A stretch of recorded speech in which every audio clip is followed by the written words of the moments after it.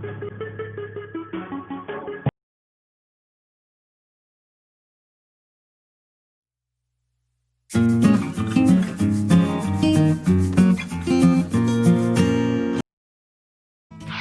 teman-teman, terutama pada para scholarship hunter atau pemburu beasiswa ke luar negeri.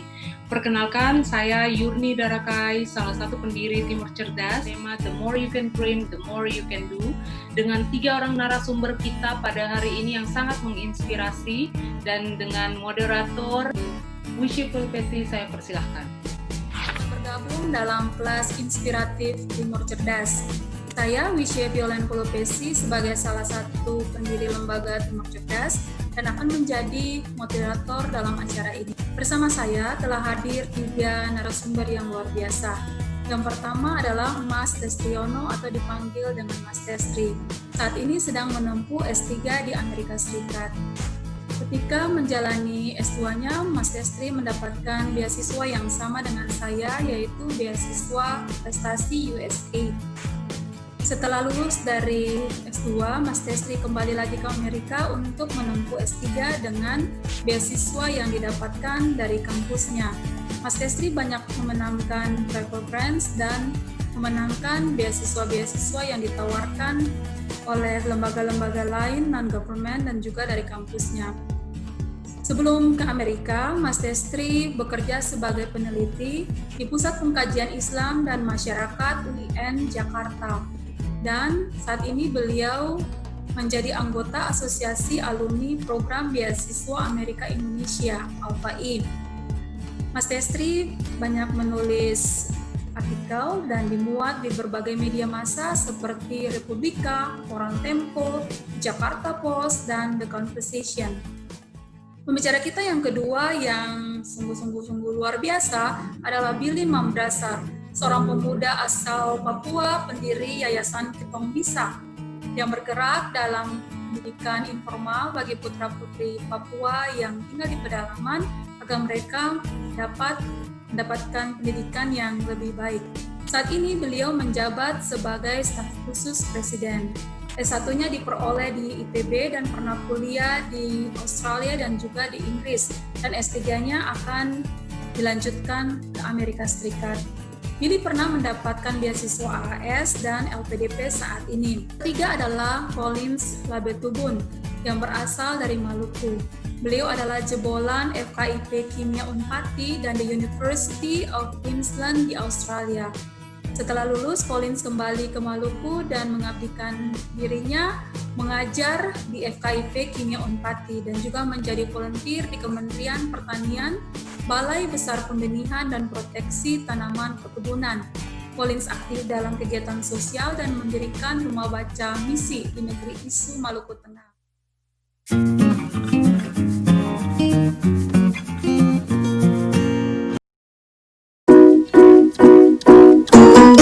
Oke, sudah muncul. Sudah muncul ya? Iya. Ya, jadi seperti tadi dikatakan oleh Kak Wisha, kita berteman lewat USAID Prestasi. Kita berangkat 2014, mungkin 2013 kita diterima sebagai penerima beasiswa untuk studi lanjut ke Amerika untuk jenjang master. Nama saya Destriono, saya sekarang mahasiswa PhD Ilmu Politik di Northern Illinois University, Amerika Serikat. Jadi saya mungkin di sini lebih ingin berbagi pengalaman saya, tentu nanti pengalaman dari Kak Billy atau Natalia akan berbeda tergantung dari pengalaman masing-masing. Jadi ini akan lebih ke perspektif subjektif saya, apa yang saya alami dan terima selama menjadi penerima beasiswa untuk studi di Amerika. Ini profil singkat saya, beberapa beasiswa yang pernah saya terima. 2014 sampai 2016 saya menerima beasiswa dari USAID Prestasi untuk studi lanjut di bidang untuk master di bidang ilmu politik.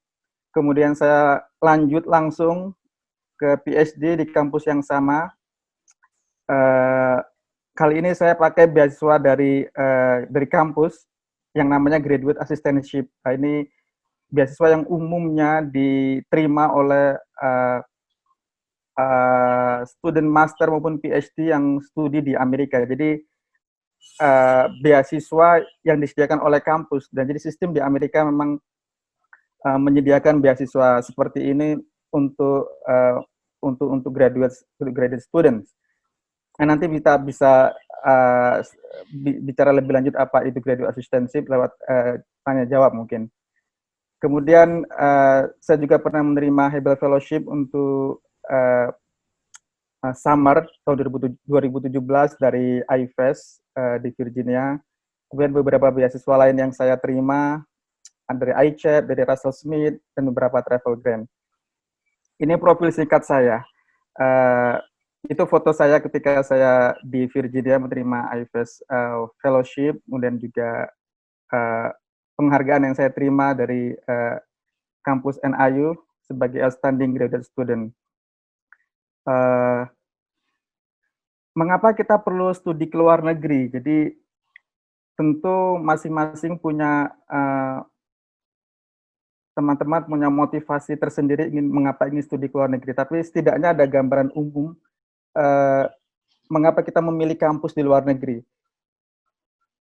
Untuk yang saya alami, yang saya lihat, mengapa kita perlu studi di luar negeri adalah kita ingin merasakan keunggulan akademik di luar kampus di luar negeri.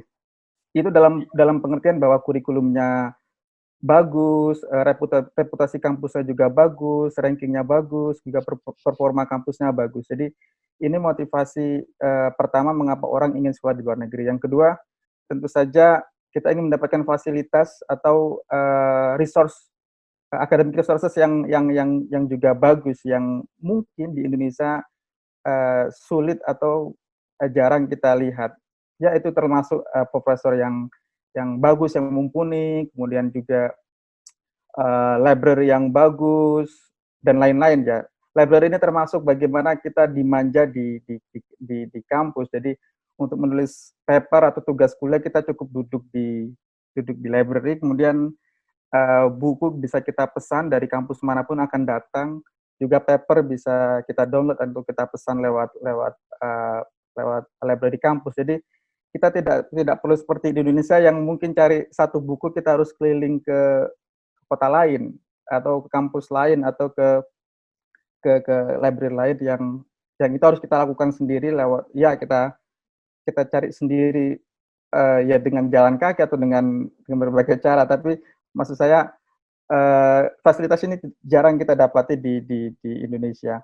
Kemudian juga atmosfer akademik yang bagus di luar negeri ya, fasilitas riset, dana riset yang besar yang bisa kita dapatkan, yang itu tidak hanya untuk profesor tapi juga untuk student, kemudian juga profesionalisme baik pengajar maupun staf di sini yang bagus, kemudian meritokrasi yang bagus juga. Jadi kita dinilai tidak berdasarkan pertemanan, tapi lebih berdasarkan kapasitas kita, dan kita bersaing secara fair dengan student lain. Nah, itu yang menjadi daya tarik orang umumnya ingin sekolah ke luar negeri.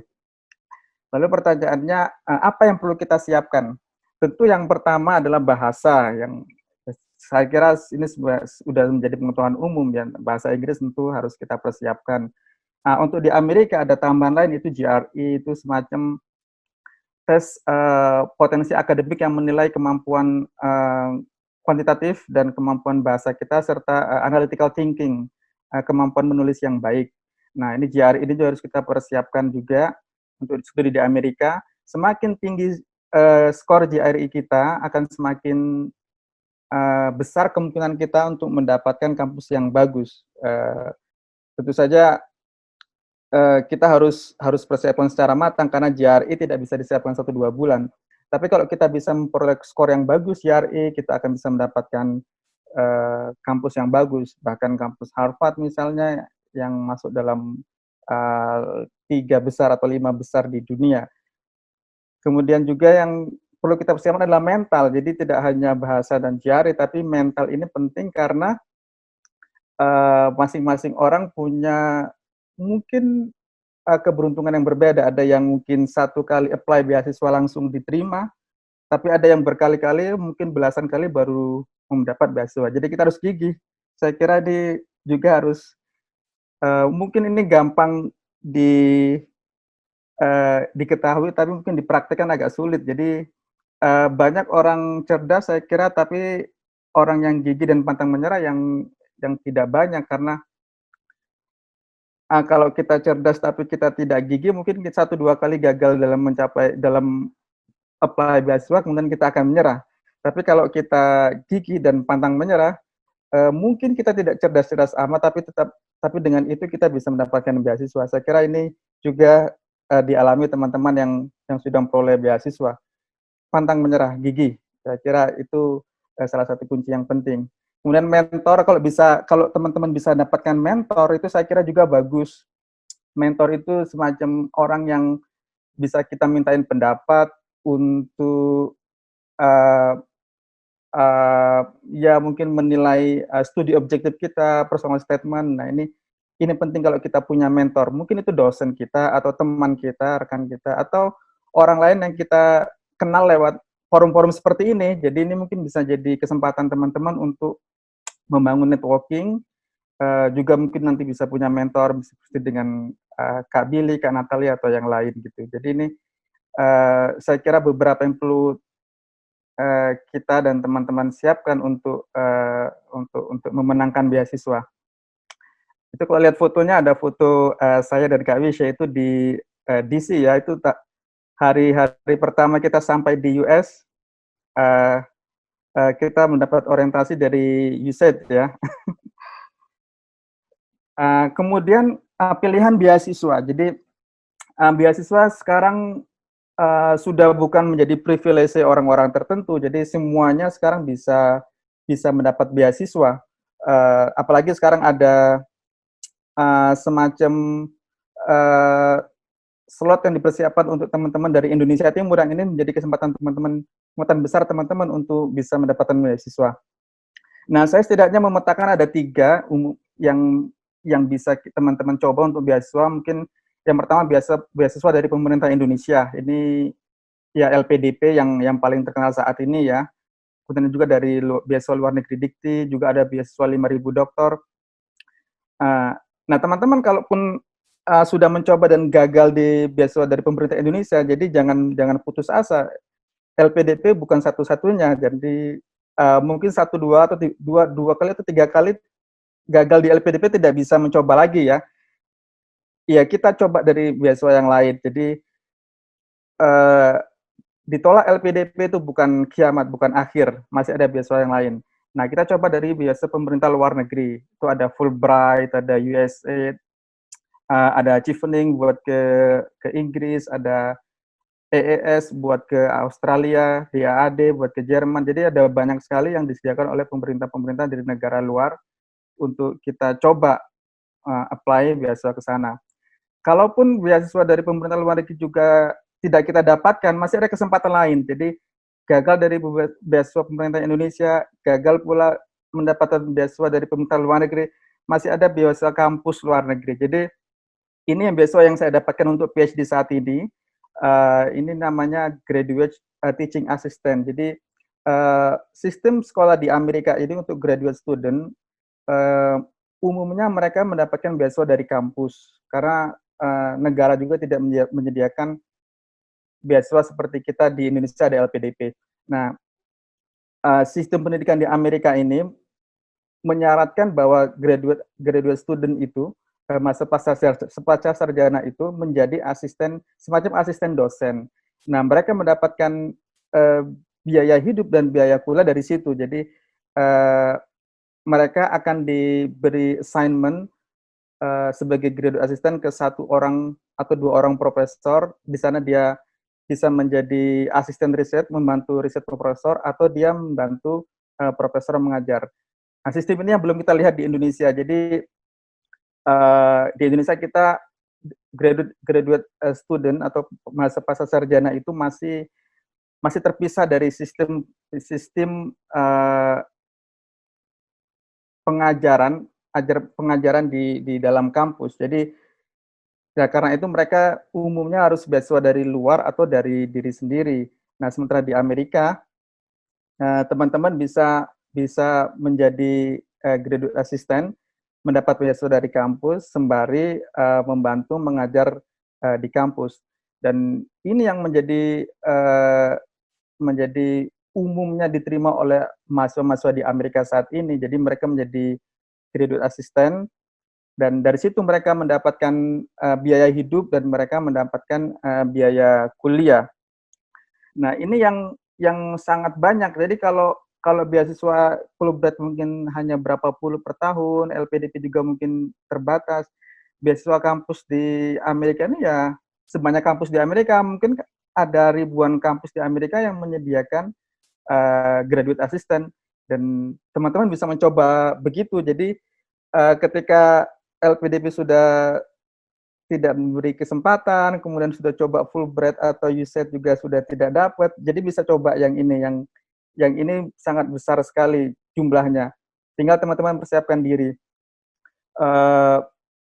Ya tentu saja teman-teman harus kompetitif, tapi saya kira kalau tiga-tiganya ini dicoba dari pilihan beasiswa ini, saya kira 99% teman-teman akan bisa dapat salah satunya. Kalau tidak LPDP, mungkin Fulbright, mungkin dari graduate assistant. Saya kira ini pilihan yang bisa teman-teman coba nanti. Lalu bagaimana kunci memenangkan beasiswa? Saya kira yang paling pertama kita menyiapkan apa yang mau kita pelajari. Rencana studi kita apa? Kalau kita suka sosial atau sosiologi, kita ingin studi apa perkotaannya apa puzzle atau pertanyaan kita punya, kemudian bagaimana kita mendapatkannya, metode apa yang mau kita pelajari di sini kira-kira. Nah, itu yang harus kita persiapkan secara matang. Dan itu juga pentingnya kita punya rekan atau mentorship yang bisa membantu kita menyusun rencana studi yang benar-benar matang. Kemudian deskripsi diri ini, personal statement juga penting, bagaimana teman-teman menggambarkan dirinya lewat satu atau dua halaman tulisan.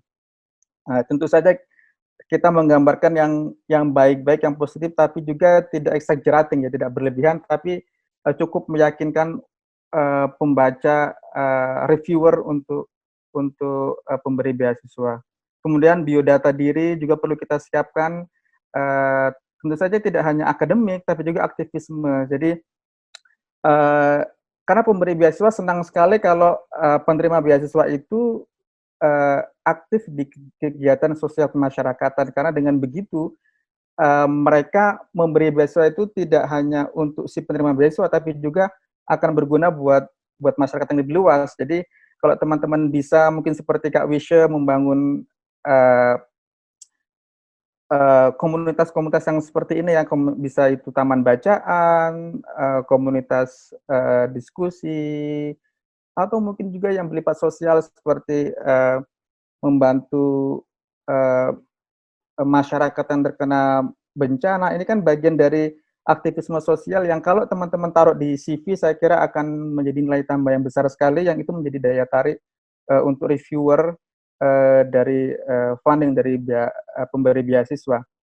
Jadi mulai sekarang teman-teman yang belum punya itu dipersiapkan juga. Jadi tidak hanya akademiknya yang dipersiapkan, tapi juga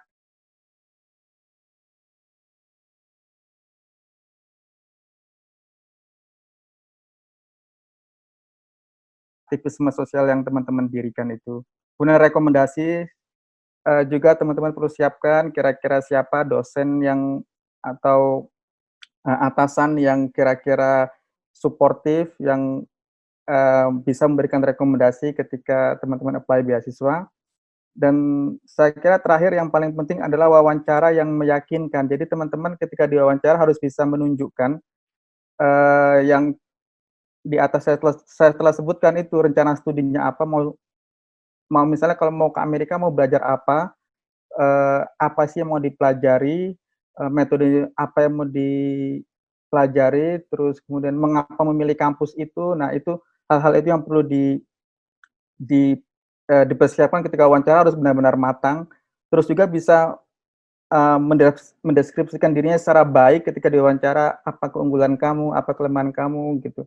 Kemudian juga ketika pulang nanti mau ngapain, itu juga harus disiapkan ketika wawancara.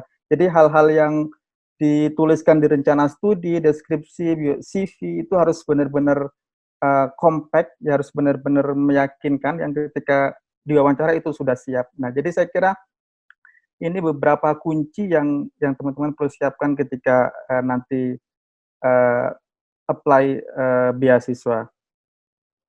Demikian mungkin ini ada beberapa informasi terkait email saya ada di situ, kemudian juga WhatsApp kalau teman-teman mau interaksi, komunikasi, mungkin konsultasi atau tanya jawab nanti bisa saya jawab lewat WhatsApp, juga lewat email, juga ada blog saya. Silakan teman-teman juga kalau mau membaca. Saya seringkali kalau libur itu menulis beberapa ya hal-hal terkait sehari-hari di sini, bagaimana pengalaman di sini itu. Selain itu menjadi refleksi juga untuk refreshing buat saya, karena ya kita sharing ke teman-teman yang lain lewat tulisan. Kalau teman-teman juga mau konsultasi mungkin studi objektif atau personal statement juga bisa kirim ke email saya, nanti saya upayakan sebaik mungkin untuk bisa merespon. Mungkin itu Kak Wisya, selebihnya kita bisa tanya jawab ya, biar lebih efektif waktunya. Terima kasih Kak Wisya. Ya, terima kasih Mas Esti. Untuk yang kedua, saya berikan kesempatan untuk Collins untuk menyampaikan materinya, sharing pengalaman yang pernah ada. Nanti yang ketiga baru Billy. Oke, Kawis. Semoga suara saya kedengaran ya. Soalnya di sini hujan deras sekali. Ya ampun. Suara saya bisa kedengaran nggak, Kawis? Sangat. Sangat, oke. Bagus. Oke. Kalau saya, teman-teman sekali lagi perkenalkan saya Collins Labetubun. Kalau dibandingkan kedua kakak pembicara yang lain, saya terhitung junior karena saya baru saja menyelesaikan studi saya di the University of Queensland, Australia dengan beasiswa Australia World Scholarship. Jadi mungkin kalau informasi umum tentang beasiswa kurang lebih sama seperti yang sudah Kak Testri jelaskan tadi.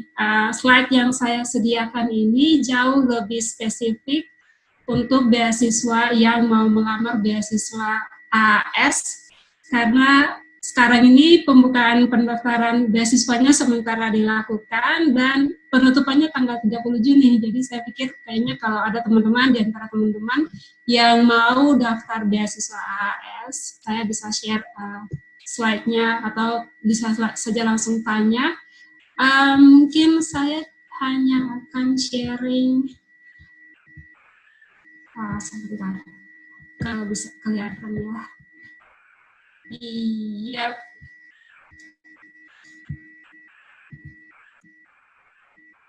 Iya, jadi kalau sama seperti Kak Testri tadi, kenapa memilih sekolah di luar?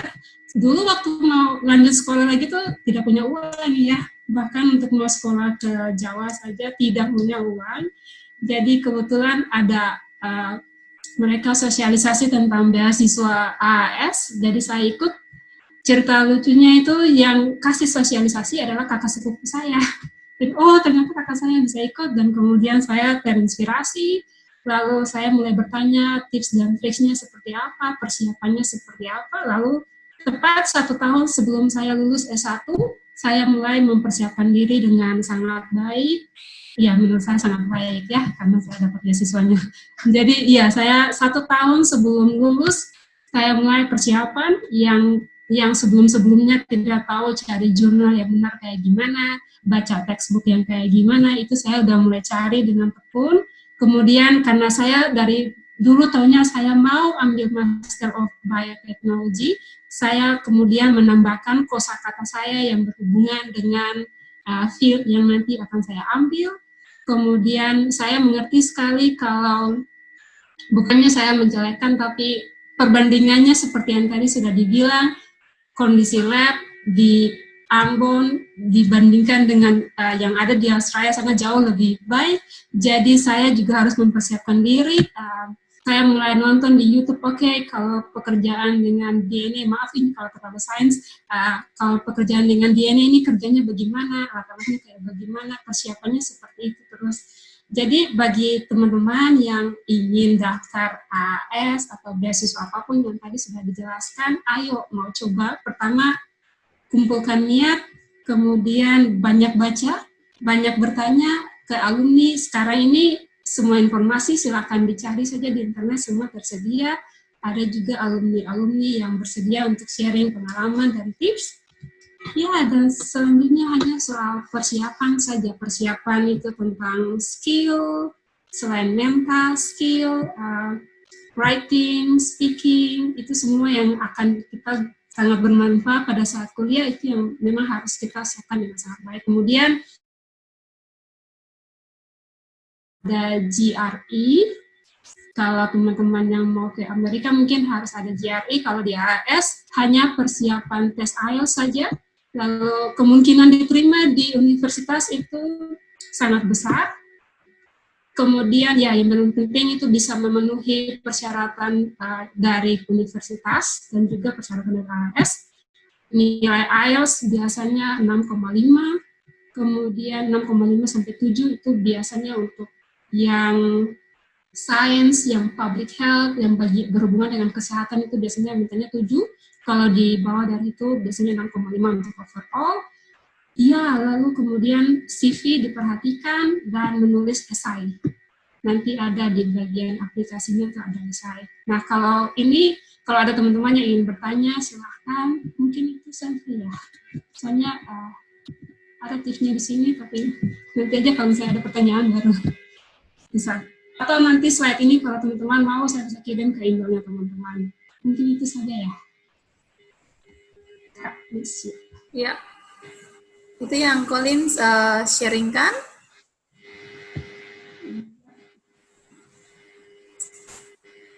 Ya, nanti Collins akan memberikan kesempatan kepada teman-teman semua yang ingin bertanya.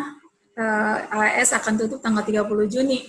Jadi mungkin yang mau S2 atau S3, kalau dari Indonesia Timur, Australia cukup dekat. Kalau Amerika, pergi ke dunia lain, jauh banget. Iya. Apakah Billy?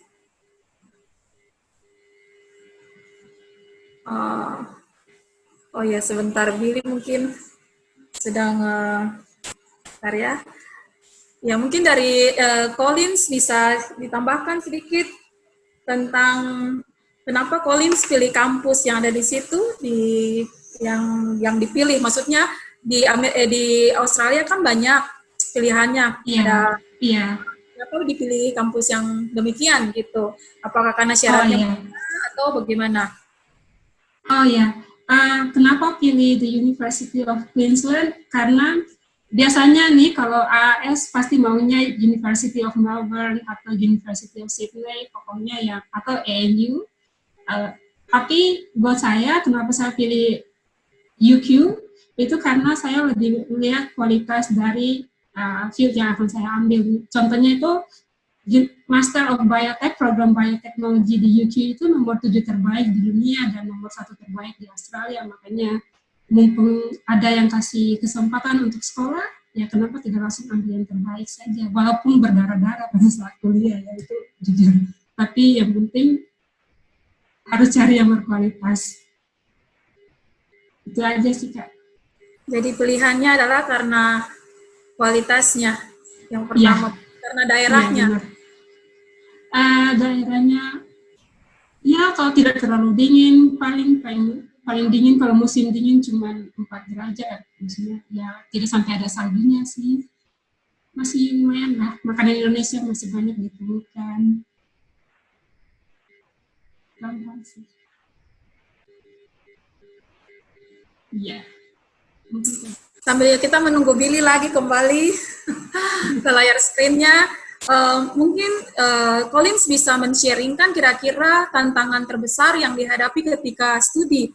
Maksudnya sebelum pergi studi, apakah sudah terbayang bahwa nanti akan mengalami hal-hal yang demikian gitu, dan pada waktu sampai di sana ternyata yang ditakutkan itu dihadapi begitu, ataukah sampai di sana baru kaget ada banyak masalah Ya.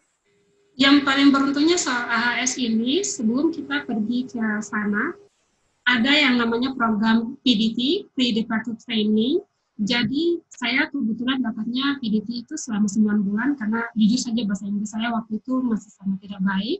Jadi salah satu keunggulan dari AHS, kita disiapkan dari soal bahasa, karena harus dapat nilai IELTS 9,5. Kemudian selain itu juga kita dipersiapkan soal culture shock, dikasih tahu semua apa yang berhubungan dengan Australia, sistem pendidikan di sana kayak bagaimana. Dan yang paling keren itu selama PDT, semuanya dikondisikan seperti kelas-kelas yang akan nanti kita hadapi pada saat kuliah. Jadi kalau menurut saya sampai di sana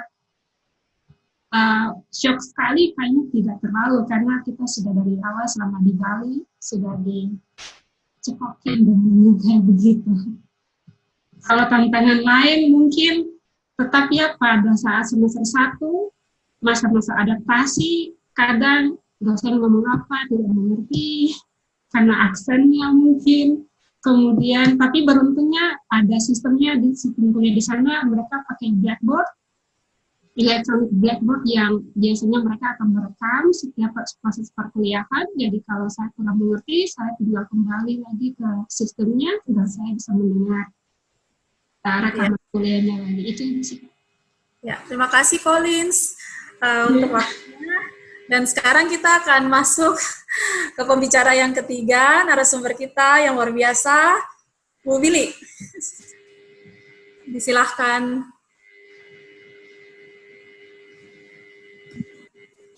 Oke, mohon izin share.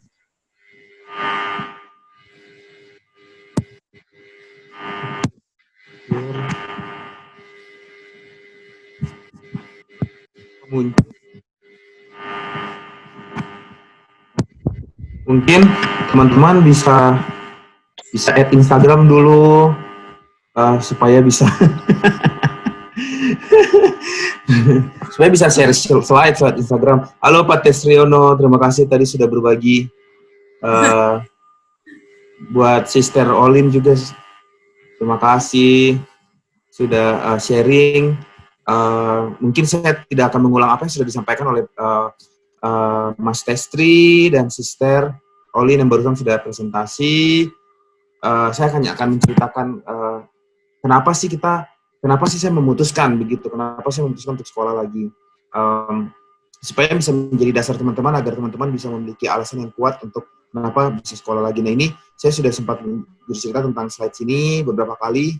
Saya pikir bahwa hidup itu kalau Mas Testri kan sangat linear ya, jadi sampai politik, lalu sekarang master political science dan langsung PhD-nya political science lagi. Terus kemudian Sister tadi barusan jelaskan mendukung sampai kemudian akhirnya bisa menjadi seorang pengajar dalam satu bidang yang spesifik, bidang kimia kan? Iya, bidang kimia. Betul. Nah, ada orang-orang yang memang mereka memilih jalan hidup yang lurus, ekivalen, dan mereka ingin menjadi expert dan satu bidang sehingga mereka mengambil mata kuliah yang memang spesifik untuk mendukung. Saya rasa Sister Wisya juga kalau tidak salah S3-nya tuh mau sipil juga kan. Jadi memang sangat satu jalan gitu dari S1, S2, S3 dan juga pekerjaannya juga di PU. Jadi memang satu jalan. Nah, sementara kalau orang-orang kayak saya ini kayak macam otak-otak gila-gila begitu. Jadi kayak macam hidup tuh macam suka-suka begitu. Jadi kayak S1 teknik, abis itu pas lagi kerja insinyur, ambil lagi S1 politik. Jadi saya satu bidang dan Pak Testri. Kalau bicara permukaan masih bisa nyambung dengan Pak Testri kalau bicara politik lah. Tapi jangan yang susah-susah, nanti pasti lupa karena cuma kuliah S1 saja. Kuliah S1 politik. Jadi S1 teknik ada, S1 politik juga ada. Jadi waktu itu saya macam, kayaknya pengen sekolah lagi politik gitu. Kayak biar bisa belajar. Biar kalau nonton televisi itu tidak bingung. Karena kalau nonton TV kan suka bingung.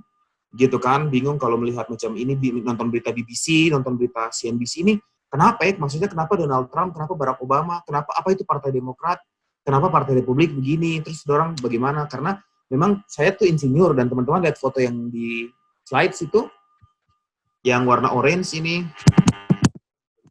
yang bawah, itu saya punya pekerjaan jadi insinyur, bangun-bangun tangki. minyak, bangun-bangun migas ini, sempat kerja sebagai apa? Ya, sempat kerja sebagai insinyur. Turun dulu. Di perusahaan migas itu teman-teman lihat saya pakai baju warna. Lalu kemudian setelah kemudian saya jadi insinyur, terus kemudian saya penugasan tempat keluar, terus kemudian saya pikir ini kalau saya cerita-cerita kayaknya orang bule nih, waktu saya bekerja dengan banyak orang bule, mereka tuh cerita politik kayaknya mereka paham sekali. Sementara karena saya kuliah teknik, jadi saya tidak terlalu mengerti kayak orang bicara politik. Dan kalau mau minum teh atau minum kopi dengan orang, kan waktu saya kerja di perusahaan minyak Inggris. Orang-orang Inggris tuh kalau mereka macam minum kopi atau minum teh di coffee shop, itu mereka bicara politik gitu kan. Padahal mereka juga sebenarnya insinyur besar. Jadi semua macam ini tidak tahu siapa yang setipu siapa sudah di dalam coffee shop itu kan. Semuanya insinyur tapi bicara politik. Sementara saya ini tidak mengerti ini mereka bicara apa, ini Partai Demokrat, Partai Republik apa. Jadi akhirnya teman-teman saya putuskan ambil lagi S1, politik. Jadi saya punya S1 itu ada 2, ilmu politik. Kemudian setelah itu saya kemudian saya kembali pada saat saya di Indonesia. Ini di slide kedua. Tadi disampaikan Pak Testri coba consider untuk membuat aktivitas-aktivitas sosial kan, seperti itu. Nah, waktu itu saya bikin aktivitas sosial ini teman-teman bukan karena mau daftar beasiswa ke luar negeri, jujur saya tidak ada kepikiran untuk mau sekolah S2 di luar negeri waktu itu. Sama sekali tidak kepikiran. Jadi karena karirnya itu sudah cukup mapan sebagai insinyur di perusahaan migas dan memang gajinya juga macam sudah lebih dari cukup untuk hidup. Jadi macam sudah nyaman lah. Hidup sudah nyaman, kayak tidak usah ngapa-ngapain lagi gitu. Tetapi kemudian saya memutuskan untuk membuat sebuah aktivitas sosial di kampung halaman saya sendiri. Kampung saya itu kalau di Papua, tapi di Papua itu pulau lagi. Mungkin kalau kayak macam di Maluku tuh bukan di pulau Ambonnya yang besar, tapi mungkin pulau lagi pisah di luar kayak gitu. Mungkin kayak Pulau Aru begitu. Jadi menyeberang lagi dari Pulau Papua besar, menyeberang lagi ke pulau yang namanya Pulau Yapen. Nah di tempat saya. Jadi saya waktu jadi engineer pas pulang saya kemudian bikin aktivitas sosial ini bukan karena mau daftar ke sekolah ke luar negeri, tapi untuk mengisi waktu kosong, karena saya rasa macam hidup ini kosong sekali kalau cuma kerja. Mungkin beda kalau dengan Sister Olin, Sister Natalia kan mungkin mengajar, sudah memang pekerjaan profesional itu mengajar, sehingga ada perasaan puas di mana saya berkontribusi dengan kehidupan orang lain.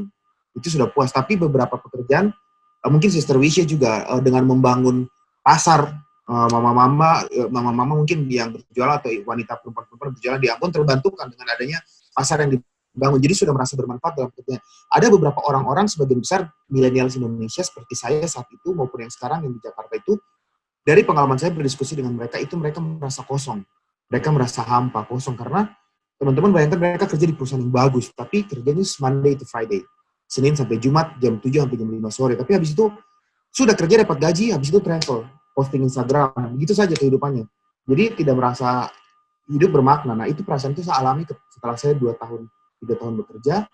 Tahun-tahun awal saya langsung bikin inisiatif sosial ini, dan saya merasa hidup penuh dengan meaningful ketika saya pergi kerja ke laut, offshore, saya pulang mengajar dan berkontribusi dengan anak-anak. Itu I felt happy. Ini latar belakang keluarga saya, kemudian ini orang tua saya, paman saya, keluarga besar, kemudian ini pertanyaan yang saya mau teman. Nah, teman-teman tuh kita harus mampu menjawab kenapa sih kita mau studi dan kenapa harus luar negeri. Karena kan dalam negeri juga ada pilihan. Ya kan, kenapa harus luar negeri misalnya. Dalam negeri ada pilihan, lalu kenapa harus studi lebih lanjut lagi. Nah, dalam kejadian cerita saya, teman-teman, saya memilih studi lebih lanjut dan di luar negeri karena bayangan saya tuh awalnya tuh karena ingin mendapat pengetahuan atau knowledge. Kenyataannya enggak juga, karena knowledge itu lebih banyak didapat dari kerja daripada dari belajar di kuliah. Khususnya saya dalam hal insinyur misalnya. Saya mau belajar sampai 100 berapa SKS, 200 SKS pun saya tidak akan pernah bisa mendesain sebuah heat transfer facility yang oke, kalau memang saya sendiri tidak pernah mengerjakan itu dalam real life, jam terbang begitu. Jadi sebenarnya knowledge itu bukan knowledge banget kalau menurut saya, tapi yang paling utama itu adalah yang di bawahnya. Mindset, pola pikir kita berubah, kita jadi lebih open-minded, kita jadi lebih mengerti perbedaan, kita mengerti apa yang terjadi di luar sana. Network, puji Tuhan setelah saya kuliah S2 pertama saya di Australia, setelah saya lulus, saya punya teman tuh dari Afrika, Asia, itu semuanya ada. Jadi pada saat saya jalan-jalan itu selalu ada tempat tinggal gratis. Sampai kemarin ke Bangladesh juga, itu tinggal di rumah teman-teman kuliah di Bangladesh. Jadi waktu travel yang teman-teman mereka tuh pesan hostel, terus mereka cuma 3 hari kayak di Vietnam, mereka travel di Vietnam 3 hari saja. Foto-foto di Bentan Market di Ho Chi Minh City. Sementara saya sudah naik boat dengan masyarakat itu masyarakat imigran Kamboja, mereka masyarakat Muslim, Muslim minoritasnya Vietnam, tinggal di Vietnam. Nama sukunya suku lah, ada satu suku lah kayak gitu, suku minoritas. Dan saya punya teman dari suku itu, dan akhirnya saya bergaul dengan main ke rumah, nginap di rumahnya dia di pinggiran Delta Mekong River, naik perahu dan makan bersama mereka. Jadi pas kita lomba-lomba aduan foto di Instagram, pas foto mereka keluar Bentan Market lagi, saya foto lagi bersama dengan orang masyarakat asli, makan makanan asli dan hidup dengan mereka begitu. Jadi network, teman-teman bisa punya network, prestis tentunya, apalagi kalau kampusnya misalnya bagus atau jurusannya terbaik, itu bisa memperoleh prestis. Career enhancement di sini saya kasih kata maybe dalam kurung, karena sebenarnya karir itu bukan jago-jagoan kita mau sekolah sampai di mana. Saya yakin Sister Wisha di PU ini yang mau jadi bos di PU belum tentu harus lulusan MIT kah, lulusan, iya kan? Tetapi career enhancement itu ada faktor-faktor lain lagi, tergantung bagaimana Wisha jago pijit bos, gitu kan. Terus Sister Olin jago jambu-jambu, orang Papua bilang jambu-jambu rektor, gitu kan, supaya golongan naik. Bukan karena kita mau sekolah sampai mau S2, S3 di kampus yang bagus gimana. Kalau career enhancement tuh lebih pada faktor-faktor yang non teknis, non akademis. Jadi saya tidak bilang bahwa nanti kalau saya habis S2, S3 di luar nanti pasti saya punya karir naik. Karena banyak yang mengalami kekecewaan. Mereka sudah S2 sampai di kampus-kampus yang bagus, dari Cina sampai Asia sampai segala macam, pas balik ke Indonesia ternyata ternyata mereka tidak mengalami peningkatan karir dan kecewa, karena ketika masuk ke dunia kerja, bukan karena orang melihat S2 kita sudah bagus, jadi kita kemudian nanti langsung karir naik, langsung saya harus jadi manajer karena saya sudah S2 di Amerika, begitu. Padahal tidak, karir itu perjalanannya beda lagi. Nah, pertanyaan yang sering ditanyakan teman-teman ke saya ketika saya bercerita tentang ini adalah what major, jurusan apa? Nah, mungkin tadi saya sudah sampaikan kalau saya itu orang yang mengambil atau mempelajari apapun yang saya mau pelajari, makanya S1 teknik, ada S1 politik lagi, ada S2 bisnis, S2 keberlanjutan, lalu nanti S3 nih pendidikan, human development. Jadi sudah ternyambung nih. Nanti mau jadi apa? Tidak tahu mau jadi apa. Nanti apa yang terjadilah. Begitu kalau saya tuh orangnya begitu. Jadi travel juga sama. Kita travel ke sini. Aduh enggak lah, random, nanti terserah. Kayak gitu. Dan ketika saya mau ambil mata kuliah yang sembarang jurusan sembarang waktu pertama kali mau ambil politik itu tahun 2000 berapa lama? Sudah lama yang lalu. Waktu saya mau ambil jurusan S1 politik, itu teman-teman yang di sesama kantor saya, sama insinyur tuh tertawa kayak, gue mau jadi apa? Gue jadi engineering manager atau project manager itu, don't taruh lihat ini jurusan politik. Mereka tuh lihat bagaimana ini kayak gitu. Jadi saya ditertawakan gitu teman-teman. Nah, siapa yang tahu ternyata 7 tahun dari saya ambil S1 itu kemudian ternyata memang saya harus berpolitik, dan saya langsung ngerkop tenggelam di dalam istana saat ini harus membantu presiden dan cukup shock. Siapa yang menyangka kalau ternyata nanti saya kemudian harus berada dalam pemerintahan, karena saya tidak pernah menyangka sendiri. Begitu, saya tidak pernah menyangka akan ditunjuk atau mengejar juga sama sekali. Jadi hidup itu bagi saya adalah sebuah petualangan. Kayak kalau ditanya major itu apa, do anything you like. Kayak gitu. Anything that make you happy, tapi anything juga yang you can make money. Apalagi yang cowok-cowok, you have to make money karena ada istri dan ada anak nanti kan. Jadi you cannot ambil jurusan yang ya udahlah ya, yang nanti yang tidak harus, you have to consider juga selain make you happy, make money juga dan make a change. Jadi consider yang hati-hati. Kalau yang perempuan tidak apa-apa, nanti cari suami kaya, jangan ambil jurusan suka-suka. Tidak apa-apa. Nah, itu sharing dari saya, teman-teman. Saya pikir saya langsung sharing saja ini beberapa foto untuk waktu ini foto pertama kali saya kuliah di ANU. Ini saya mengambil bisnis, master yang pertama saya di Australian National University. Selama saya kuliah di sana, teman-teman, saya sangat aktif untuk melakukan social justice movement. Jadi saya betul-betul tidak jalan-jalan. Kalau ada teman-teman yang mau ambil S2 itu cuma untuk biar bisa tinggal di luar negeri, bisa jalan-jalan, bikin konten kan, dibayar gratis. Tapi kalau saya tuh betul-betul selama kuliah tuh aktif sekali di kampus. Ini pergerakan teman-teman, lihat foto yang di bawah ini adalah pergerakan untuk membantu anak-anak aborigin. Saya bersikap mengambil peran sebagai mentor untuk mereka, membantu peningkatan aksesibilitas mereka ke perguruan tinggi. Dan saya mengerjakan itu tuh 1 tahun penuh sampai waktu saya pribadi itu termakan habis. Jadi kuliah pagi, malamnya sampai malam, itu tengah malam tuh kerja untuk mengerjakan program ini. Dan teman-teman yang lain juga sudah jalan-jalan ke New Zealand, jalan-jalan ke Eropa. Mereka bilang, ngapain ke Australia jauh-jauh kuliah ke luar negeri hanya untuk begini, kita harus experience the life katanya gitu kan. Jadi mereka tabung-tabung, mereka punya uang beasiswa, pakai langsung travel. Habis semester hilang semua, asrama kosong, tinggal saya dan anak-anak aborigin ini aja lagi mentoring ya begitu kan. Jadi tapi teman-teman tahu, puji Tuhan di akhir tahun saya lulus, ini penghargaan, saya mendapat penghargaan mahasiswa terbaik.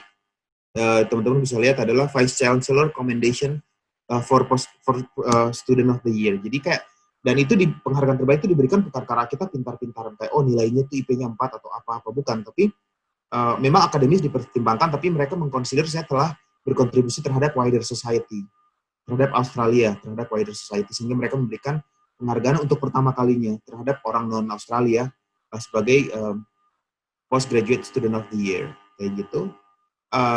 Jadi saya mau sharing buat teman-teman, nanti kalau kuliah ke luar negeri jangan cuma kayak kupu-kupu malam, kuliah pulang sampai malam, tetapi teman-teman harus aktif berkontribusi juga di luar kampus dan memperkaya experience. Kemudian ini adalah pengalaman saya kuliah yang kedua di Oxford. Saya mengambil bidang yang lain lagi. Sama juga di Oxford saya juga enjoy the life. Jadi sangat ya udah semua titik-titik yang dulu William Shakespeare ada duduk di mana katanya, ya kan itu cuma mitos-mitos, tapi saya duduk di spot-spot itu katanya. William Shakespeare waktu tulis Romeo and Juliet dia duduk di sudut ini, taman ini katanya. Saya duduk di situ untuk cari inspirasi, ternyata inspirasi nggak datang-datang kayak gitu. Yang ada malah makan kebab sampai gendut. Jadi ya semua spot-spot di Oxford sudah saya jalani, teman-teman. Minta maaf kalau di bawah ada foto-foto saya memegang hal-hal yang tidak diinginkan, juga itu bagian daripada merasakan pengalaman saja berada di luar. Kemudian ini saya mau sharing juga, ini adalah pengalaman jadi saya mendaftar untuk doktor, kemudian karena bidang saya tidak linear, sehingga dari Harvard-nya mengharuskan saya harus mengambil lagi gelar master. Saya apply lagi, dan ini saya punya video acceptance. Kalau saya play, ya, ini emailnya. Jadi pertama kali saya waktu buka email acceptance dari Harvard, dan waktu saya terima acceptance itu, saya lagi di Inggris, lagi di Oxford.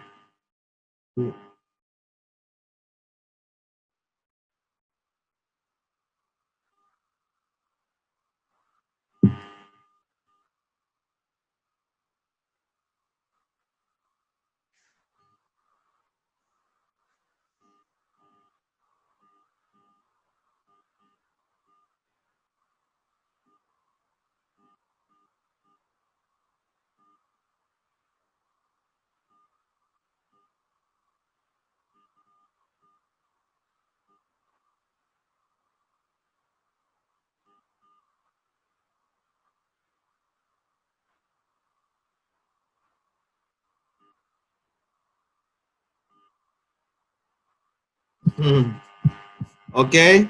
Itu video yang dibuat oleh teman-teman pada saat kita melihat pertama kali memperoleh acceptance letter ya. Dan mungkin sudah puji Tuhan tahun ini saya sudah bisa mulai studi karena Harvard juga membuat courses yang menjadi online semuanya, membuat menjadi ini. Kenapa ada tulisan sister bisa bilang isi wishy beta jadi pembicara? Kenapa dia menyusup di slide saya? Jadi saya bisa kuliah online karena tahun ini dibuat online semuanya karena COVID. Jadi saya tetap bisa mengambil course-course pre-PhD saya dari sini dan tetap bisa membantu Pak Presiden, membantu bekerja di Indonesia. Terakhir, untuk recommendation teman-teman, tadi saya sudah disampaikan oleh Pak Mas Testri, jadi saya nggak mau ulang lagi, sama seperti yang sudah disampaikan oleh Mas Testri dan Mr. Olin. Lakukan semua yang sudah mereka katakan, itu saya idem 100% agree dengan yang mereka sudah sampaikan. Ini adalah teman-teman bisa pilih di sini. Nanti saya bisa sharing slide-nya untuk yang hadir hari ini. Tadi juga disampaikan Pak Mas Testri beberapa beasiswa yang kita bisa pilih.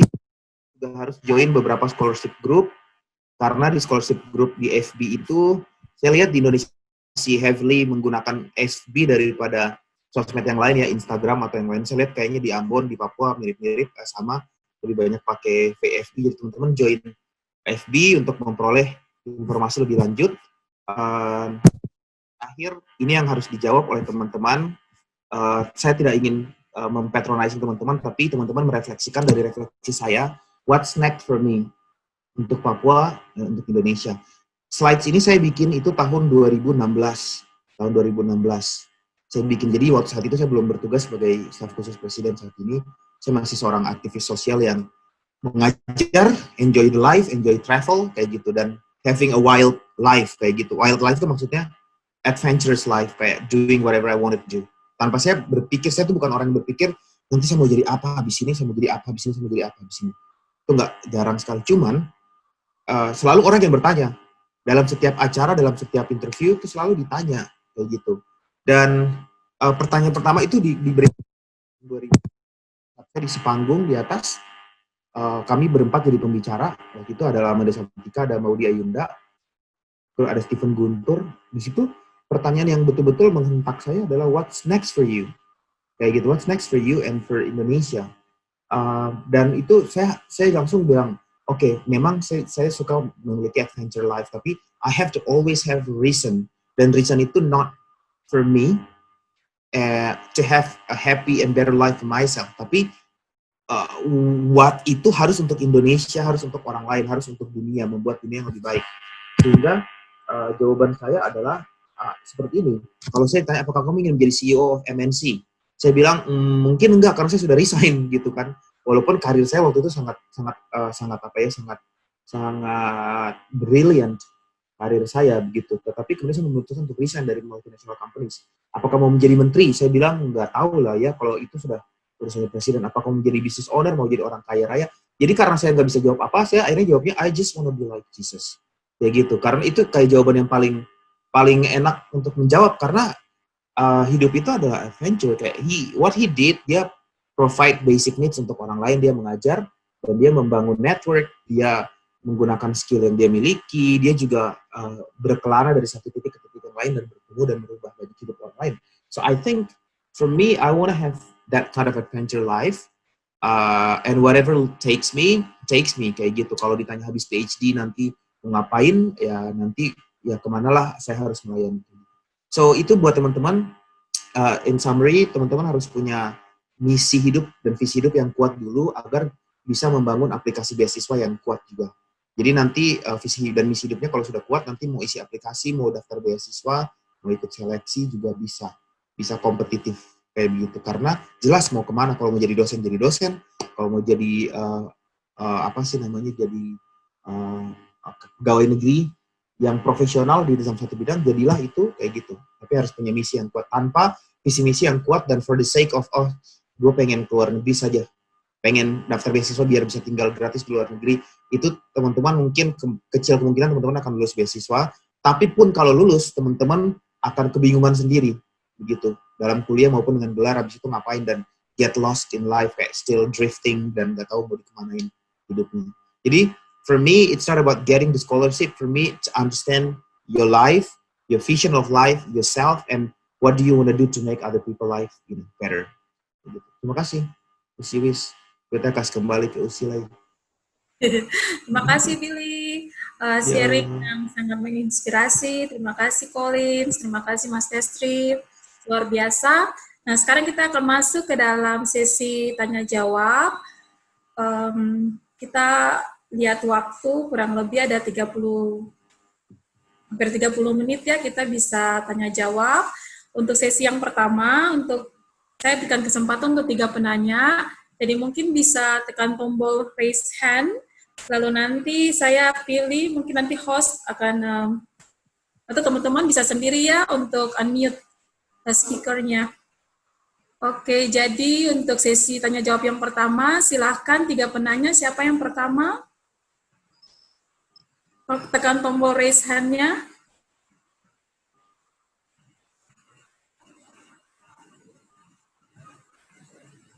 Mungkin host bisa bantu melihat ya.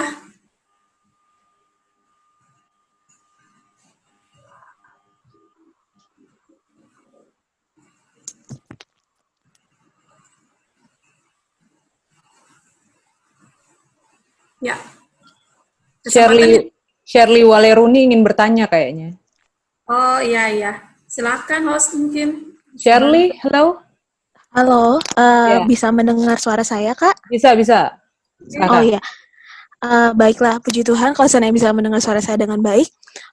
Pertanyaan saya lebih kepada bagaimana kakak-kakak dari 3 pembicara tadi, you build up your resume gitu loh, resume gitu. Soalnya kan kayak kebanyakan orang, kebanyakan orang pas udah daftar, terus kemudian dengar dari beberapa teman-teman juga yang daftar LPDP atau daftar beasiswa yang lain, itu kebanyakan tuh pada jatuh di bagian resumenya. Terus tips and tricks-nya buat build up a good resume itu seperti apa? Boleh di-sharingkan kah? Soalnya ya seperti itu. Thank you. Ya, makasih. Oke, terima kasih Shirley. Yang kedua, bisa tekan tombol raise hand-nya. Ini pesertanya ada 68, jadi host mungkin bantu untuk. Ada penanya yang kedua? Oke, Phoebe Peter. Oh ya, silahkan. Ya, halo, selamat sore. Sore. Terima kasih buat kesempatan yang diberikan. Pertanyaan yang mau saya ajukan itu, setelah mendengar tadi sharing pengalamannya Kak Billy, kan Kak Billy itu banyak ambil S1 jurusan yang lain-lain gitu, yang nggak linear gitu. Nah, kebetulan saya juga seperti itu gitu, maksudnya ingin belajar banyak hal yang bisa saya dapatkan, juga bisa buat bantu itu untuk dari kebanyakan beasiswa. Apakah kalau misalkan mau daftar yang nggak linear itu bisa kah? Terus itu mesti pakai resume yang seperti apa gitu? Terima kasih. Ya, terima kasih Adik. Jadi memang kalau mendaftar linear kayaknya lebih gampang, tapi kalau yang unlinear itu gimana gitu ya, mungkin agak lebih susah. Nah, yang penanya yang ketiga. Claudia. Oh iya, silakan. Claudia Soisa, silakan.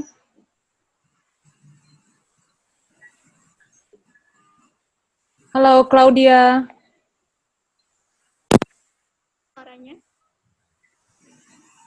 Claudia, suaranya diperbesar lagi ya. Suaranya bisa kedengeran?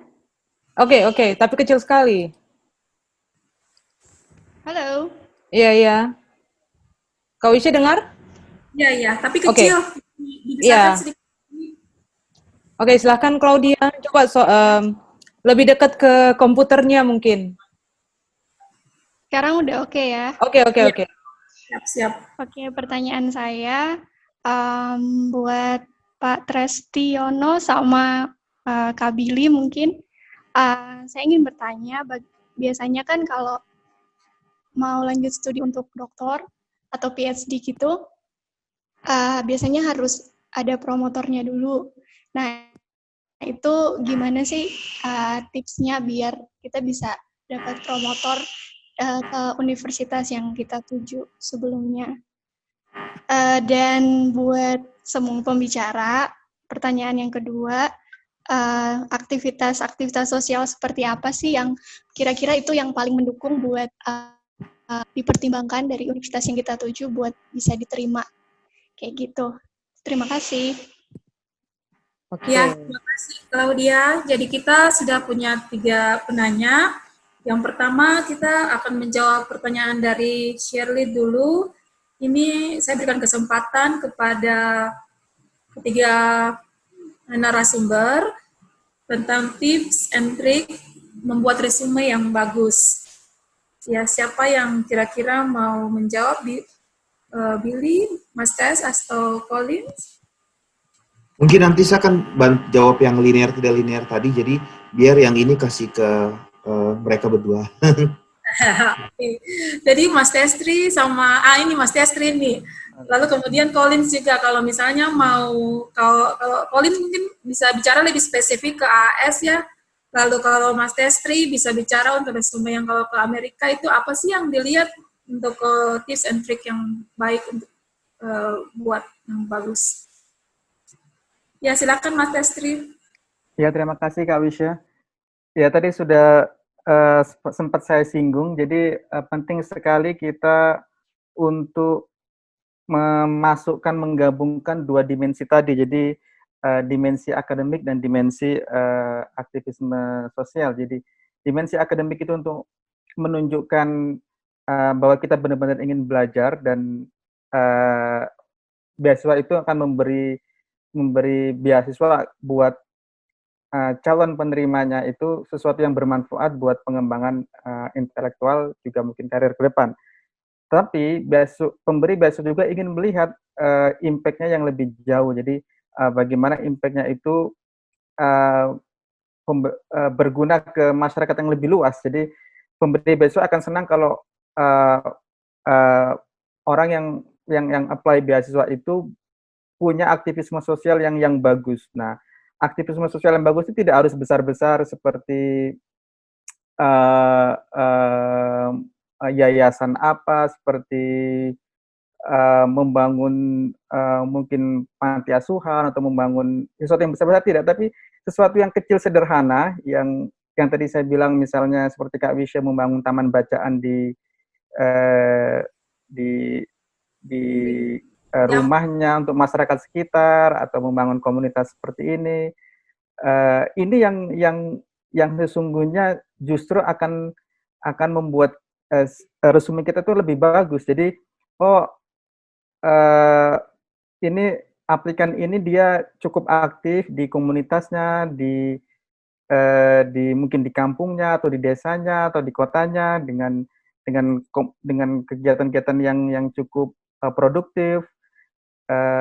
Yang itu yang akan dilihat sebagai nilai tambah ketika kita apply beasiswa. Jadi kalau kita punya rencana misalnya 2021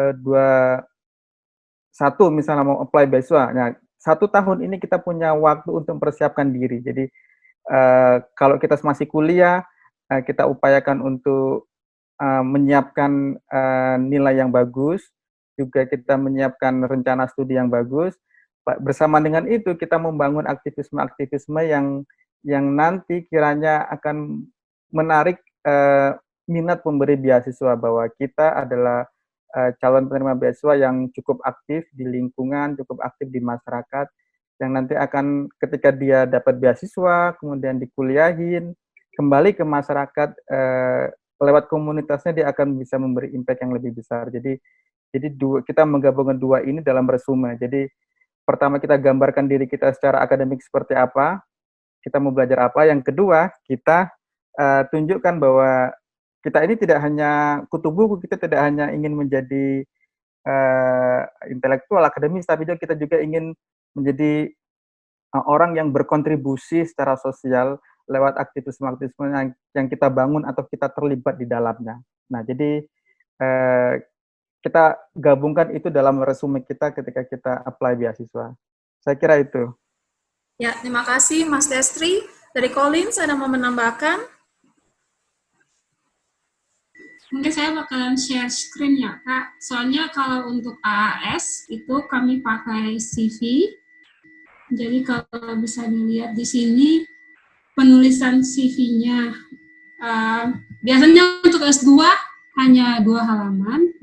Tapi kalau misalnya teman-teman punya publikasi mungkin lebih dari atau aktivitasnya sangat banyak, mungkin bisa ditaruh. Tapi kalau boleh saran, taruh aktivitas yang berhubungan dengan apa yang ingin teman-teman ambil. Misalnya kalau saya misalnya mau ambil biotek, tapi kegiatan saya jauh lebih banyak berhubungan dengan kesenian, maksudnya orang akan memastikan lewat CV bahwa kamu sudah persiapkan diri dengan sebaik mungkin untuk bisa mengambil apa yang kamu ingin pelajari di sana.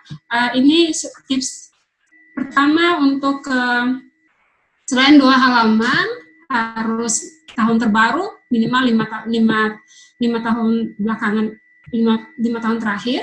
Kemudian untuk Australia tidak ada foto, kalau mau teman-teman mau, sekali lagi maaf ini khusus untuk AAS. Kemudian harus ada subheading formattingnya, ada content application-nya tuh harus match, yang seperti tadi sudah saya jelaskan. Kemudian mencatat data dan pengalaman, seperti yang tadi Kak Resi sudah bilang, akademik iya, kemudian yang sosialnya juga iya. Saya kasih contoh kayak kemarin untuk aktivitas sosial, ini langsung menjawab Kak Claudia ya. Selain kerja di lab, saya juga punya rumah baca.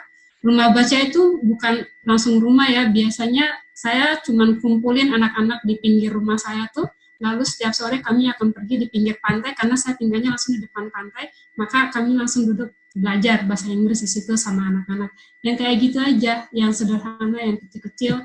Saya juga terlibat di, kalau kerohanian ada, silakan teman-teman taruh.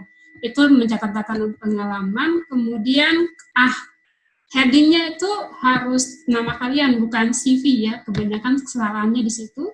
Lalu jangan lupa taruh page number-nya, seperti yang tadi sudah saya bilang, 5 tahun terakhir, mengikuti organisasi, volunteering, kegiatan sosial, training, workshop. Kalau teman-teman punya pengalaman bekerja, entah itu full-time atau part-time, teman-teman juga bisa libatkan, taruh itu di bagian CV. Mungkin itu aja ya, tolong hindari kesalahan. Tadi Collins ya. Yang berikut untuk pertanyaan kedua, Billy. Oke. Ini juga tapi yang unlinear nih. Iya, jadi sebenarnya tadi disampaikan bahwa all around sebenarnya kenapa sebuah pemberian beasiswa itu mereka memprediksi aktivitas sosial kita.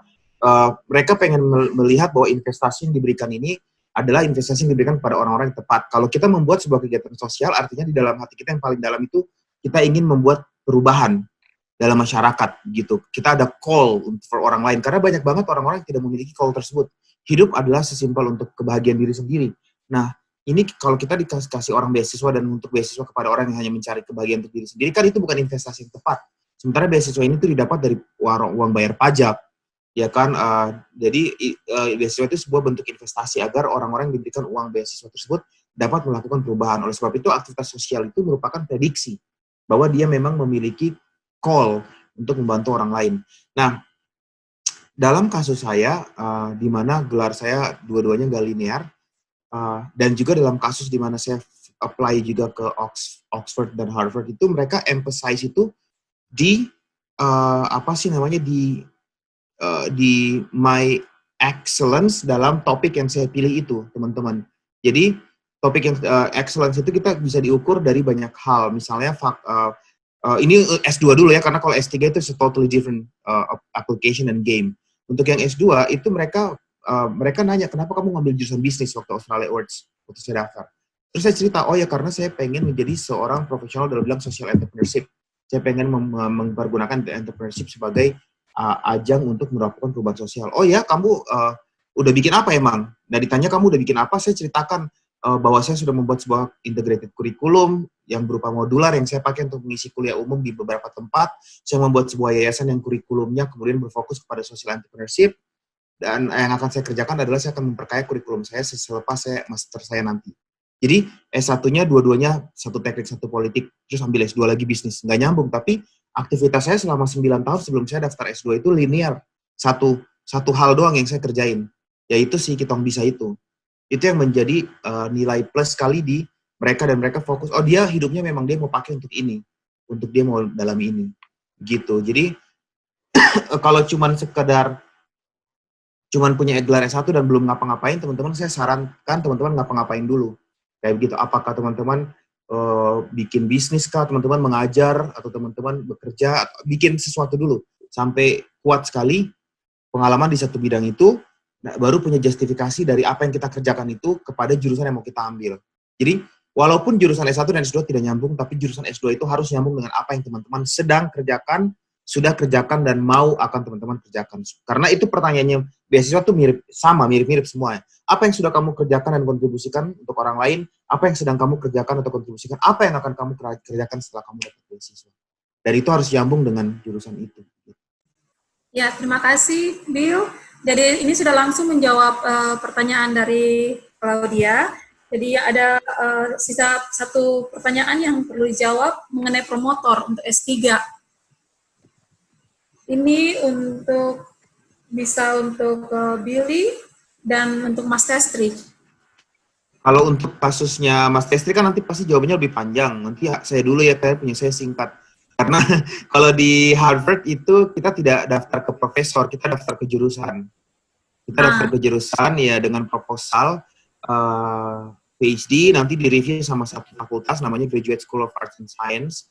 Mereka lah yang menggodok dan mereka menyuruh kita merubah-rubah proposal kita sampai nanti sesuai dengan apa yang mereka mau. Mereka lah yang meng-assign siapa profesornya. Kita tidak mengontak profesornya. Oke, jadi mereka yang menentukan.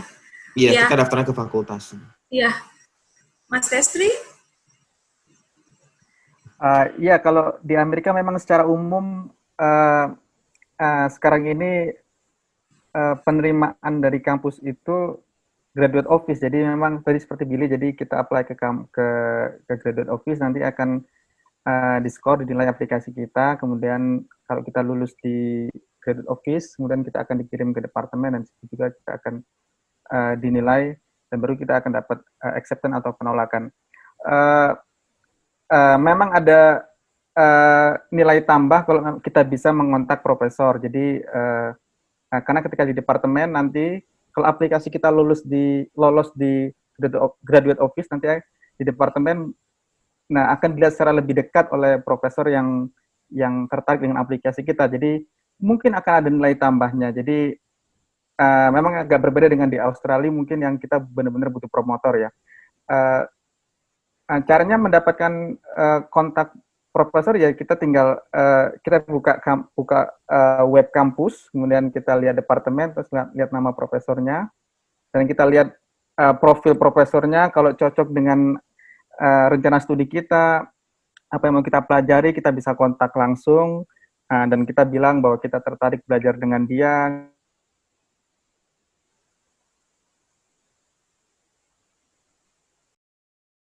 Penilaian penerimaan kampus lebih subjektif, jadi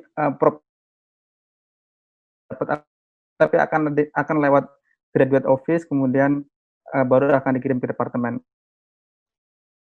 Seperti itu. Tapi memang kalau kita bisa mengontak profesor akan lebih bagus, yaitu caranya kita ke webnya, kemudian web kampus, kemudian buka ke web departemennya, kan kita lihat kalau profilnya cocok dan dengan yang kita mau, ya kita tinggal email. Saya sendiri emang email ke beberapa kampus, kemudian beberapa negatif atau beberapa tidak respon, ya seperti itu. Tapi semakin banyak kita mencoba untuk meng-email mereka, membuat networking akan lebih bagus. Saya kira itu. Ya. Terima kasih untuk ketiga narasumber. Kita akan masuk dalam sesi yang kedua, tanya jawab yang kedua. Kita cuma punya waktunya cuma untuk 2 kali Bapak pertanyaan. Untuk yang ini, karena waktu yang tersedia, mungkin saya buka untuk 2 orang. Yeheskel Pelupesi, silahkan. Dan kemudian yang kedua, Siti Faridah. Silakan ya. Halo Kak. Oke. Ya, oke. Kakak, terima kasih atas kesempatannya. Di sini beta yang terlalu mempertanyakan ke jenjang perkuliahan, karena beta masih SMA. Jadi pertanyaan yang beta ingin tanyakan di sini, masalah apa sih yang sering kakak-kakak hadapi selama perkuliahan di luar negeri? Misalnya kakak Collins di Australia, kakak Testriono di Amerika, lalu kakak Billy juga yang mengambil perkuliahan di luar negeri. Itu saja, Kak.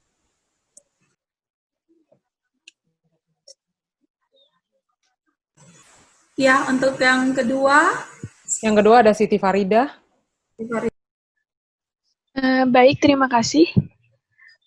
Terima kasih pemateri atas materi kan sangat luar biasa. Pertanyaan saya adalah, apakah ketika seseorang memiliki publikasi ilmiah itu dia memiliki nilai tambahan dalam aplikasi yang dia coba apply ke suatu universitas. Misalnya kan saya ini ada rencana buat nge-apply ke di University of Sydney di Australia, dan apakah publikasi saya selama S1 ini di Indonesia mempengaruhi terhadap studi saya selanjutnya? Terima kasih. Ini saya lihat dari yang raise hand, mungkin masih bisa satu lagi yang terakhir. Ini siapa ya? 14X. 14.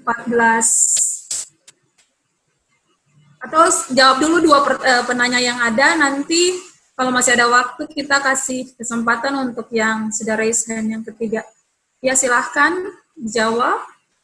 Kakak-kakak, siapa yang mau jawab tadi pertanyaannya? Kayaknya yang junior dulu ya, Kak. Iya. Ya, terima kasih untuk pertanyaannya. Ada YSKPUPSI, pertanyaannya tentang masalah apa, pokoknya kendala.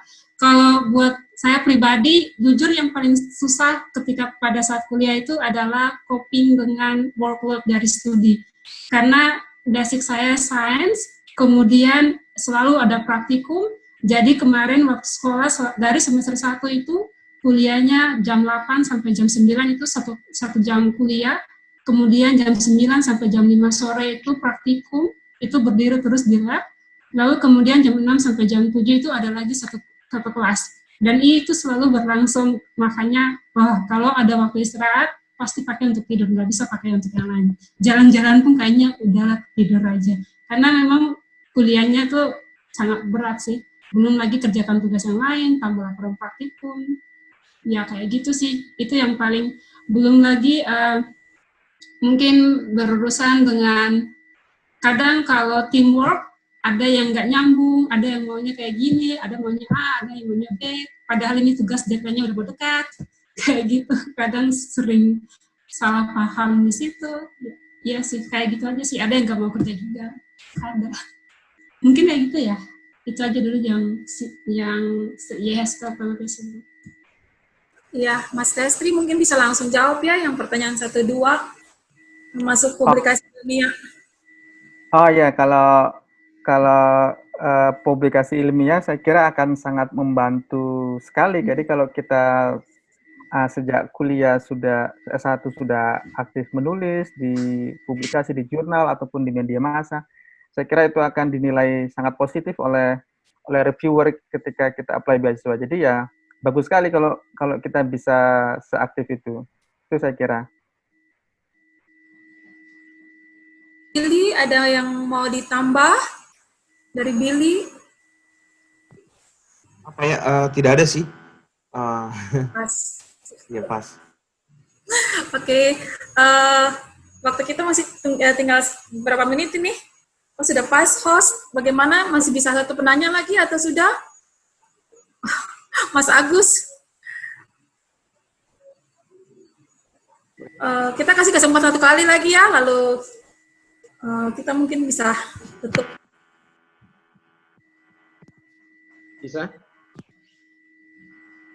Ya, silakan. Terima kasih atas dilibatkannya saya dalam kegiatan ini. Terima kasih kepada para pemateri yang luar biasa.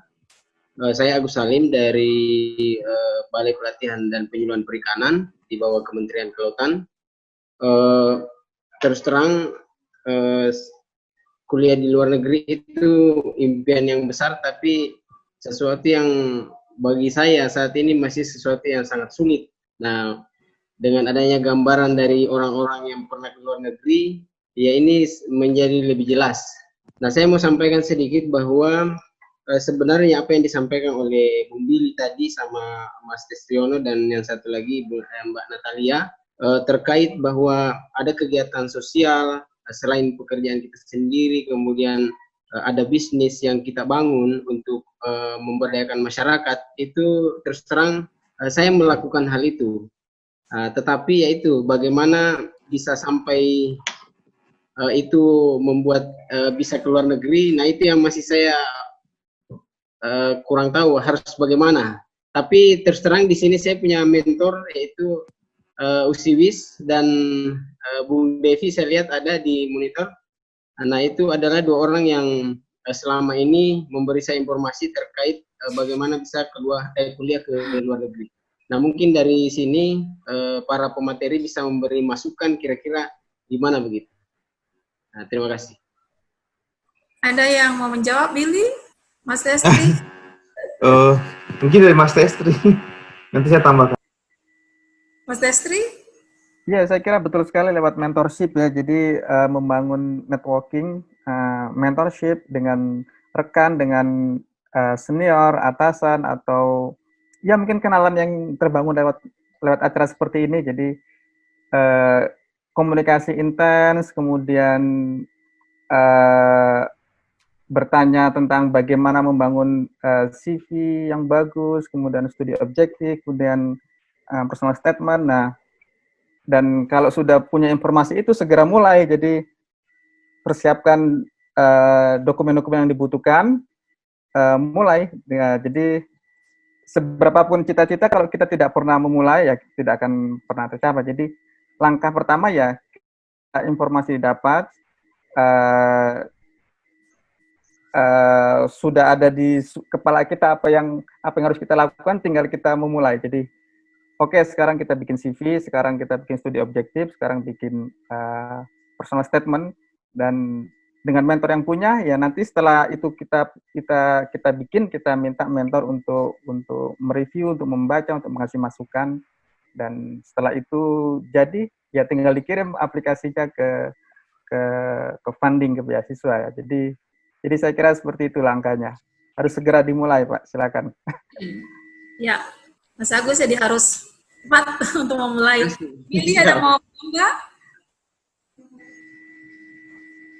Kalau jangan coba sekali saja, karena dari pengalaman saya sendiri, saya dulu pertama kali mencoba beasiswa itu Australia Award, bukan yang saya langsung daftar langsung keterima. Sebelumnya ada beasiswa lain yang gagal saya daftar. Jadi itu kegagalan tuh hal yang biasa. Jadi coba lagi gitu.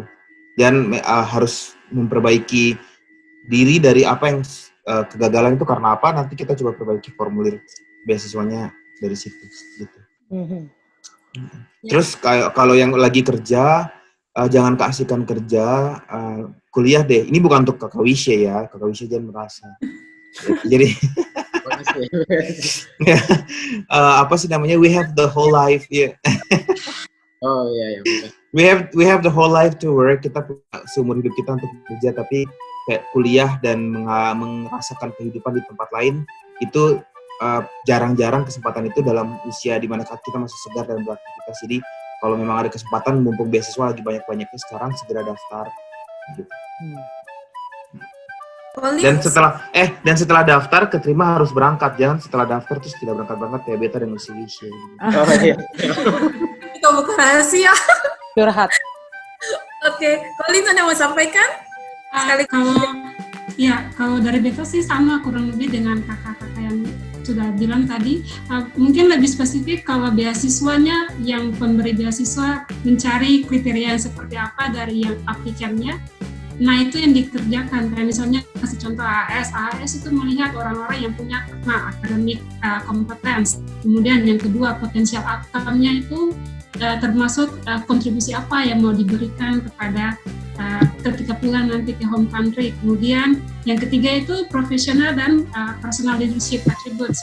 Jadi itu yang diperhatikan. Kemudian setelah tahu apa yang mereka cari, mulai deh kita kerja sesuai dengan apa yang mereka cari. Lalu ya coba, kalau tidak coba ya tidak akan tahu bakal diterima apa enggak. Oke, terima kasih. Oh ya, saya tambahkan sedikit buat teman-teman. Jadi sekarang ini kan lagi gencar-gencarnya affirmative action buat teman-teman di Indonesia Timur. Nah, itu digunakan sekali kesempatan itu karena teman-teman itu punya kesempatan lebih besar dari teman-teman yang di Jawa. Jadi kalau di Jawa ada 100 kompetitor, teman-teman di Indonesia Timur mungkin hanya punya 10 kompetitor. Artinya kesempatan untuk memenangkan beasiswa itu lebih besar buat teman-teman yang di Indonesia Timur daripada teman-teman yang di Jawa. Jadi kesempatan itu digunakan sebaik-baiknya. Saya dengar itu LPDP punya affirmative action buat Indonesia Timur, AS juga punya, dan saya kira USET juga menyediakan itu. Jadi yuk Mas Agus, semangat. Jadi punya kesempatan lebih besar dari teman-teman lain yang ada di Jawa. Jadi itu kita gunakan sebaik-baiknya kesempatan itu. Terima kasih. Ya, terima kasih rekan-rekan semua. Terus buat teman-teman yang nanti sudah keterima beasiswa, semoga keterimanya itu nanti saya doakan pas keterima dan sekolah itu COVID sudah selesai, biar wisudanya jangan virtual ya, wisuda betul-betul yang seragam misalnya. Mas Testri kalau sudah selesai PhD-nya tahun ini pura-pura apa begitu, pura-pura ada kesalahan apa, jadi risetnya diundur lagi, jangan wisuda tahun ini. Jadi ini waktu kita sudah berakhir. Kira-kira ada lagi yang mau disampaikan dari pembicara?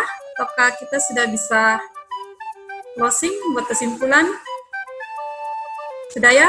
Jadi yang kita bisa dapatkan dari 1,5 jam kelas inspiratif ini dari Mas Testri, bilang banyak orang yang cerdas, tetapi tidak semua orang itu gigih, mudah menyerah. Jadi kalau mendaftar beasiswa 1, 2, 3 kali, terus kemudian aduh sudah, ini mungkin bukan jodohku, jadi sudah ditinggal, padahal mimpinya mau ke luar negeri. Jadi ada orang yang saya ketemu sendiri bisa mencoba beasiswa itu sampai belasan kali.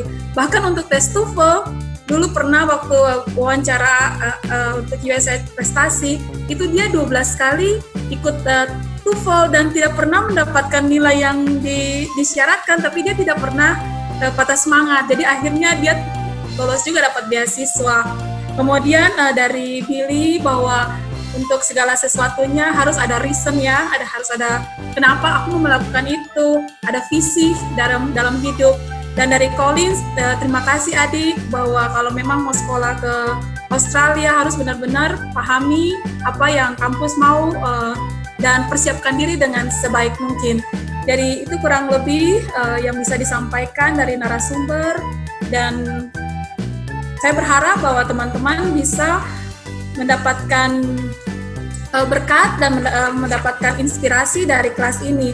Yang terakhir dari Nelson Mandela mengatakan, pendidikan adalah senjata paling mematikan di dunia, karena dengan pendidikan Anda dapat mengubah dunia. Jadi the more you can dream, the more you can do. Jadi apapun yang menjadi mimpi, teman-teman harus tetap semangat dan kejar sampai dapat. Ya, terima kasih. Terima kasih semuanya. Terima kasih. Terima kasih Mas Testri, Billy. Terima kasih Kak Wisha. Ya. Teman-teman semua. Terima kasih Kakak. Mas Testri. Ya, nanti kalau mau Mas Testri, Billy dengan Collins mungkin bisa ya di email atau di apa? Ya, silakan. Ya. Facebook, teman-teman bisa berkonsultasi lebih lanjut. Jadi kelasnya tidak berakhir di sini, tapi bisa berlanjut ke yang berikut. Ya, sharing pribadi dengan. Yang mau daftar AS, silakan. Saya menerima konsultasi. Terima kasih ke Collins. Itu Collins sudah bukan kesempatan bisa sharing. Harus persiapkan, teman-teman semangat. Ya, go internasional. Balikan ke Yurni. Ya, oke.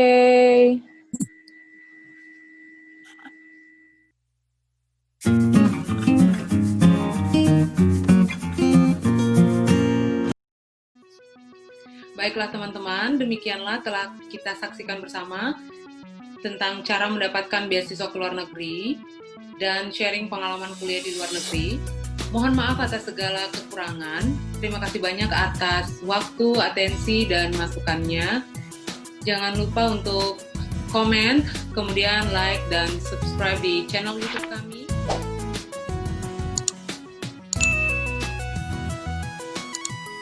Dan stay tune pada kelas inspiratif Timur Cerdas selanjutnya yang tentunya akan menambah pengetahuan teman-teman sekalian. Terima kasih.